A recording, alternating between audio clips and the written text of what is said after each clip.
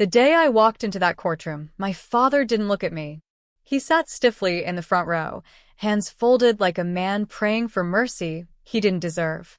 The judge called my name, Georgia Calder, and I stood, not as the little girl he had thrown away, but as a woman who had built her own life from nothing. My name is Georgia Calder. I'm 32 years old, and this is the story of how I turned abandonment into architecture, pain into purpose, and silence into a voice that now echoes in homes built for children just like me. If you've ever been told you weren't good enough, that you didn't belong, or that your worth depended on someone else's approval, this story is for you. Hit that like button, subscribe, and let me know in the comments where you're watching from.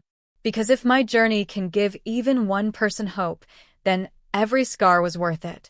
I grew up in a quiet suburb of Portland, Oregon, where the houses were neat, the lawns perfectly trimmed, and the families seemed picture-perfect from the outside. But behind the closed doors of our colonial-style home, there was no warmth, only hierarchy. My father, Nathaniel Ward, was a bank manager with a cold stare and a colder heart. He believed in order, discipline, and above all, legacy. And to him, legacy meant sons. I had two brothers, Jason, older and favored, and Daniel, the golden baby, who arrived when I was 9. From the moment Daniel was born, I felt the shift.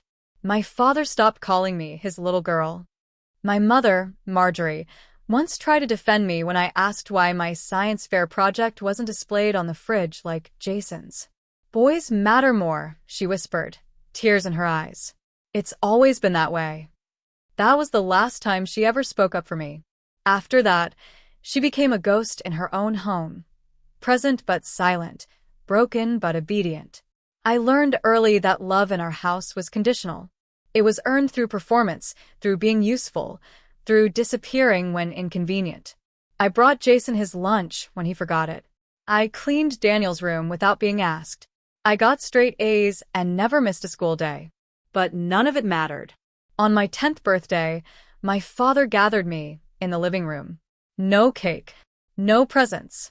Just him, standing tall, arms crossed. "You're too much trouble," he said. "We don't need another mouth to feed. You'll be better off somewhere else." Before I could respond, he handed me a small duffel bag, already packed with clothes I didn't recognize, and led me to the car. We drove for hours. I cried the whole way, begging him to take me home. He didn't say a word. When we arrived at the Willow Creek Group home, he opened the door, pushed me out, and drove away without looking back. I stood there, barefoot on the cold pavement, clutching that bag like it was the only thing I had left. And for a while it was.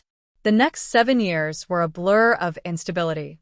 I cycled through 5 foster homes, some decent, most indifferent, a few outright cruel. In one, I was locked in a closet for 3 days after asking for seconds at dinner. In another, I was forced to sleep in the basement with the washing machine humming all night. I learned to survive by becoming invisible, by speaking only when spoken to, by eating fast, by cleaning up messes before anyone noticed. But deep inside, I never stopped believing that someone, somewhere, would see me, that someone would choose me. And then, at 17, I met Elena Torres, a social worker with tired eyes and a kind smile. She wasn't like the others. She didn't rush. She listened. She remembered my favorite book, my dream of designing buildings, the way I sketched floor plans on napkins. One afternoon, she said, "I know someone who might understand you." That someone was James Calder. James was in his 60s, a retired civil engineer, a widower who lived alone in a modest brick house on the edge of town. His wife, Clara, had died of leukemia 10 years earlier. He didn't have children of his own, but he had a big heart and a quiet strength that reminded me of what a father should be. When Elena introduced us, I expected pity. Instead, I saw curiosity. Respect. "You like buildings?" he asked, noticing the sketchbook in my hand. "Show me what you've drawn." I did. And for the first time, someone didn't just look at my drawings, they saw me. Over the next year, James visited me regularly.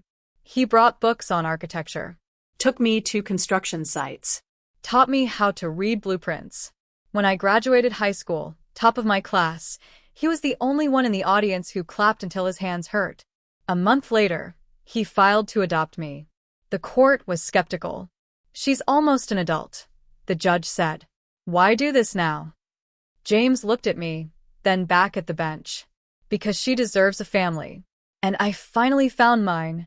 I was officially Georgia Calder on my 18th birthday. No party, no fanfare, just a signed document and a hug that lasted longer than any I'd ever received. But it was everything. With James's support, I applied to Cornell University's College of Architecture. I worked nights at a diner, saved every dollar, and poured my soul into my portfolio. When the acceptance letter came, I held it in my hands like it was sacred. James cried. "You're going to build something beautiful," he said. And I did. I graduated with honors. Landed a job at a respected firm in Chicago. Designed libraries, community centers, spaces where people could gather, heal, belong. But my proudest work wasn't on paper, it was in my relationship with James. When he was diagnosed with terminal pancreatic cancer at 72, I moved back to Portland to care for him. I bathed him, fed him, read to him, held his hand as he faded. His final words still echo in my soul. "Build something that outlives us both."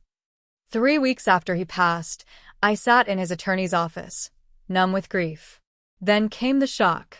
"Mr. Calder left you everything," the lawyer said. "His estate is valued at $27 million. I stared at him. That's impossible. But it was true. James had quietly invested over decades, real estate, stocks, patents from his engineering days. He hadn't lived lavishly, but he had planned wisely. And every penny was left to me. The media found out fast. "Foster child inherits millions," headlines screamed.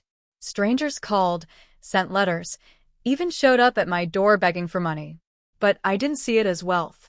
I saw it as responsibility, as a chance to honor James's belief in second chances. So I founded the Calder Foundation for Family Futures, a nonprofit dedicated to providing safe housing, education, and mentorship for youth aging out of foster care. Our first project? A 12-unit apartment complex in downtown Portland with on-site counseling, job training, and a communal kitchen. We called it The Haven. But before the foundation launched, my past came knocking. Literally. One rainy evening, a man stood on my porch, older, thinner, but unmistakable. Nathaniel Ward. My father. He looked broken, desperate. "Georgia," he said, voice trembling. "I heard about the money. I made mistakes. But I'm your father. Don't I deserve a second chance?" I didn't invite him in. I stood in the doorway, rain soaking my shoulders. "You didn't think I deserved a first chance when you left me at 10. What makes you think I owe you anything now?" He dropped his head. "I've lost everything. Gambling debts. Lost the house. My new wife left me.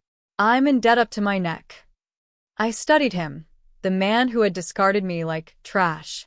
And for the first time, I felt not anger, but pity. "I won't give you money," I said firmly, "but I'll pay for your rehab. 6 months of treatment. No strings. But if you walk away, that's it. No second chance."